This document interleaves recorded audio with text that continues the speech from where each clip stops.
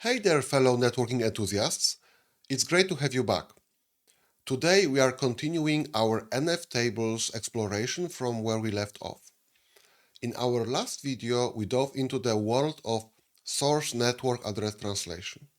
Now, let's shift gears a bit and delve into a slightly less common but super valuable aspect: destination network address translation.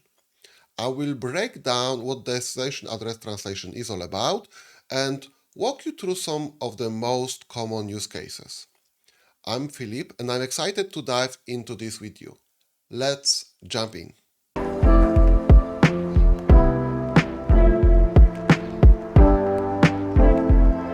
Destination Network Address Translation, or DNAT for short, is a networking technique that involves changing the destination IP address of a packet as it passes through a network device, such as a router or a firewall. Let's see where this can be useful. Before we begin, let's first describe the networking topology we'll be using today. We have Nftables firewall with two network interfaces. ETH1 with 10.230 IP connected to 192.168.10/24, that's called the public network, and ETH0 with 12.230 IP connected to 192.168.12/24, that we call the private network. Within the public network, we have a client machine with 10.231 IP.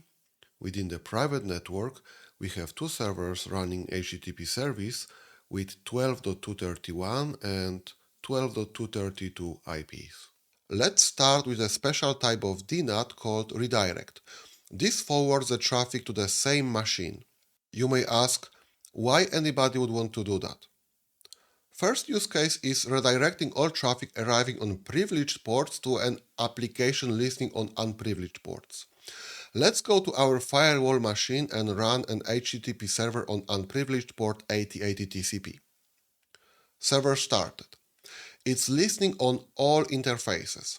Loopback interface, ETH0, that's the private interface, ETH1, that's the public interface. I will create an Nftables configuration file, flush any existing rules with the flush ruleset command, create a new IPv4 table and call it NAT, create a new chain and name it pre-routing. For the traffic arriving from the outside, the destination address manipulation needs to happen very early, before any routing decision is made. There's a special hook for that purpose called the pre-routing hook. In order to do that, let's specify the type of the hook as NAT, as we'll be doing address translation as opposed to filter for packet filtering. The place where we want to attach is the pre-routing hook. The priority will be DST-NAT. That's the default priority for destination network address translation. If you'd like to know more about hooks, please take a look at this video. We'll also set the default policy to accept. Redirecting all traffic arriving on port 80 TCP to port 8080 TCP is very simple. Let's identify the traffic we would like to redirect with TCP destination port 80 and apply redirect action to port 8080. That's it. I will load the configuration, check if it was loaded. Now let's go to our client machine and try connecting to the original unprivileged port, that's 8080 TCP. As expected, it works. Let's try connecting to the privileged port, that's 80 TCP, also works. Our Nftables firewall did redirect the packet just by updating the destination TCP port from 80 to 8080 TCP.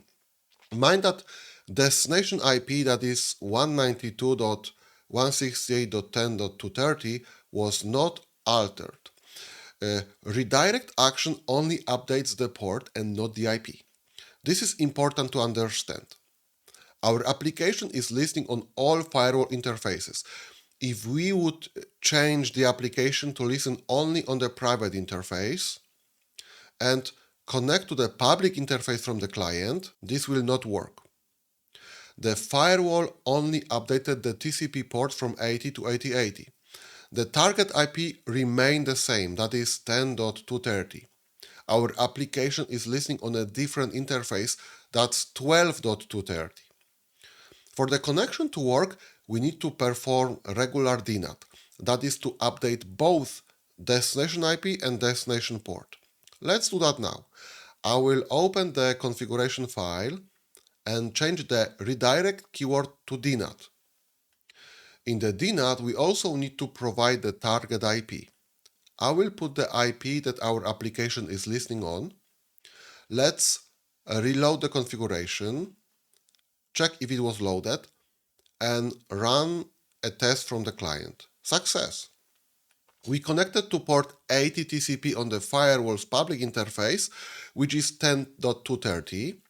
The destination IP was then changed to 12.230, representing the private IP interface, and the port was updated to 8080, where the application is actively listening. On the return journey, the source IP was reverted back to 10.230, and the reply was sent to the client. By employing this method, the client remains unaware of any IP manipulation. There is yet a special case that I'd like to mention. If we start the application on the loopback interface and update our firewall to redirect the traffic from the public interface to the local host, reload the configuration, and test the connection from the client, it won't work. But why?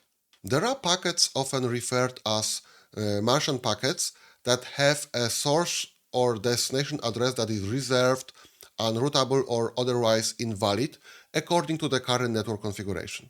Let me show you. I will ask the kernel to log such packets. In the meantime, let's rerun the connection test.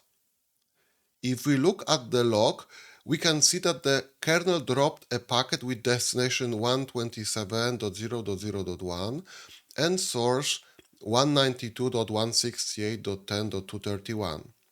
This is not a valid packet. You should be connecting to localhost only from localhost. 127/8 network is not routable. It's reserved for loopback functionality only. To address this issue, we can update a special kernel parameter that will permit routing packets with loopback address. Let's set this parameter to true and rerun the test. Works. Nftables will swap the localhost IP with the interface IP while doing the address translation. Although, please keep in mind, enabling this parameter is not the best security practice, and there are better ways to expose a service listening on a localhost. Before we move to the main purpose of destination address network translation, let me show you one more thing. We can swap the destination IP and port not only as the packet arrives at our firewall, but also as it goes out from the server. Let's open firewall configuration and change the hook to output and priority to mangle. This will intercept outgoing traffic originating at our firewall. Let's reload the configuration. If I try to reach Amazon.com, the request will be intercepted and redirected to our local server. This is a common practice for proxying, caching, or content filtering. You could also intercept DNS requests or any other traffic. By far, the most common use case for destination address translation is exposing services. Typically, you won't see a server with a public IP directly on the internet, but rather the traffic first reaches a firewall or a load balancer that directs the traffic to one or more servers on the backend. In today's world, IPv4 addresses are a precious resource, and sharing a single public IP by multiple servers is a common practice. Moreover, it's not safe to expose your servers directly to the internet. In our example, we have a server on the private network and the client on the public network. For demo purpose, I'm using private address range for both private and public networks, but in a real-life scenario, you would see the public IP on the public network. The server is running HTTP service on port 8080 TCP. Server is behind a Nftables firewall and doesn't have a public IP address. You would like to expose the HTTP service to the outside world so that the client on the public network can access it. It's possible to do so by using destination address translation on the firewall. It works like this. Client sends a packet with 10.231 IP as the source, that's the public IP of the client, and 10.230 IP as the destination, that's the public IP of the firewall. Once the firewall receives the packet, it updates the destination IP and port to point to the server on the internal network. This also creates an entry in the connection tracking table that includes information about the connection such as source and destination IP address, source and destination ports, protocol type, and NAT binding, that is association of the private IP address and port of the internal device with the corresponding public IP address and port for external communication. No rule lookup will be performed for subsequent packets in the flow, as the NAT engine will use the NAT binding information already set up by the first packet to perform the packet manipulation. Then the firewall will send the packet to the server on the private network. Server will reply back with a packet that has 192.168.12.231 as the source and 192.168.10.231 as the destination. The packet will reach the firewall where the source IP will be set to the IP the packet arrived at originally, as it has this information in the connection tracking table. In our case, it's 192.168.10.230. Finally, the packet gets back to the client. Client will perceive like it's connecting to the firewall IP only. It won't notice that the traffic is served by some other server within the private network. Let's see that in action. I will go to server 1 and start HTTP service on port 8080. Then I will go to firewall and enable packet forwarding. This is required as by default the Linux system will not work as a router and won't pass traffic between networks. Then let's open our firewall configuration. Let's attach to the pre-routing hook and set the priority to DNAT, as we need to update the destination IP of the packets prior to routing decision. Then let's set up our destination NAT. We want the traffic arriving via ETH1 interface, that's the public interface, to TCP port 80 to be NATed to 12.231, that's the server 1 IP, port 8080 TCP. Let's reload the configuration and test the connection from the client. Works. Mind that the client is connecting to the firewall that passes the traffic to the server in the private network. Let's bring another server into the mix. I will go to server 2 and start another service, but this time on the port 8081 TCP. I will go to the firewall, open its configuration, and add another destination NAT. This time I want the traffic hitting port 81 on the firewall public IP to be directed to server 2 on port 8081. Let's reload the configuration.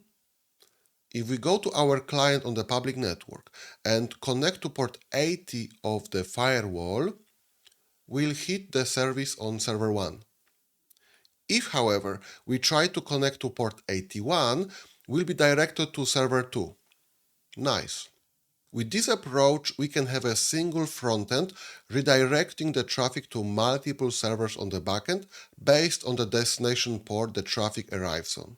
Let's enhance our rules by leveraging maps. The goal is to extract the unchanging configuration from the firewall rule and store it in a map. This way, you can freely add or remove elements from the map without altering the firewall rule itself. If you are interested in delving deeper into maps, I have a dedicated video covering maps and sets that you may find helpful. First, let's define our map with map keyword followed by map name. Then let's define the elements that our map will hold. I will start with the type of keyword and then define the mapping. We want a TCP destination port where packets arrive on the firewall to be mapped to a destination IP and destination port on the target server. Now, let's define the elements of our map. We want the packets arriving at port 80 to be mapped to 192.168.12.231. That's the server 1 IP, port 8080 TCP. We also want TCP destination port 81 at the firewall to be mapped to 192.168.12.232. That's the server 2 IP, port 8081 TCP. Okay, our map is ready. Let's adjust our rules to use the map. For the traffic arriving via ETH1, that's the public interface of the firewall, we want the destination IP to be updated based on a map called IP map. The key of the map, that's the value on the left, will be the TCP destination port the traffic arrives on. We need that traffic to be NATed to the IP address and port on the private network. That's the value of the map. Just to sum up, this rule will look up the destination port from the map, that's the key of the map, and perform destination address translation to the value of the map. Okay, let's reload the configuration and test it. I will connect to port 80. Works. I got directed to server 1. Now let's connect to port 81. I got directed to server 2. Like I said, the map will decouple the IPs from the rule. Let's try to add a new element to the map from the command line. For that to happen, I will do nft add element, then specify the table type, that's IP, table name, that's NAT, and map name, that's IP map, and then the element. We want port 1234 to be NATed to 1.1.1.1 IP port 1234. Let's check if it got added. Yes, it's there. Last thing I'd like to show you is how to organize destination NAT rules into chains. Let's add more IPs to the firewall so that each service can have its own public IP. I will open network configuration and add 192.168.10.228 IP as well as 192.168.10.229 IP. Now let's reload network configuration and see if the IPs have been added to the public interface. Okay, new IPs are there. Let's open the firewall configuration and remove everything except the hook. We'll start with the jump to and new chain. Let's call it services. That will pass all the traffic to that chain. Now let's create the chain. Inside the services chain, let's check if the destination IP is 192.168.10.228. That's the firewall first public IP, and check if the port is 80 TCP. If that's a match, then let's jump to another chain named server 1 service. Let's perform the same check, but this time for IP 10.229, and for that IP, let's jump to server 2 service. Finally, let's define our server chains, the server 1 service chain and server 2 service chain. Those chains will perform the actual destination NAT. Server 1 chain for TCP protocol will perform DNAT to server 1 IP port 8080. Server 2 chain for TCP protocol will perform DNAT to server 2 IP port 8081. Do you see how neat and tidy that looks? In the services chain, we have mapping between the public endpoints of our services and individual chains that represent our application on the private network. Let's optimize our rules a bit. We want to apply our destination NAT only to traffic arriving at ETH1 interface, That's our public interface. For that to happen, let's add interface name matcher. On top of that, we want to match packets where the destination belongs to our system. It can be done with the FIB destination address type local. FIB statement queries the routing table based on either destination or source address of a packet to get the output interface or address type. Type local means address that belongs to this particular system. Basically, we've limited the amount of packets traversing through our pre-routing chain only to packets arriving on the public interface and targeted to our local system. Let's test the solution. I'm reloading the configuration. Let's connect to 10.228 IP. The traffic was forwarded to server 1. Let's connect to 10.229 IP. The traffic was forwarded to server 2. Destination Network Address Translation DNAT isn't just about making services accessible on the public internet. In today's container-centric landscape, it plays a crucial role in the functioning of Docker and Kubernetes. Think of it as the behind-the-scenes magic that ensures your containers work seamlessly. And it's not just about connectivity. DNAT is a linchpin in the world of load balancing. In fact, it's so important I've decided to create a dedicated video to walk you through the process of achieving traffic load balancing using Nftables and Destination NAT. So stay tuned for that.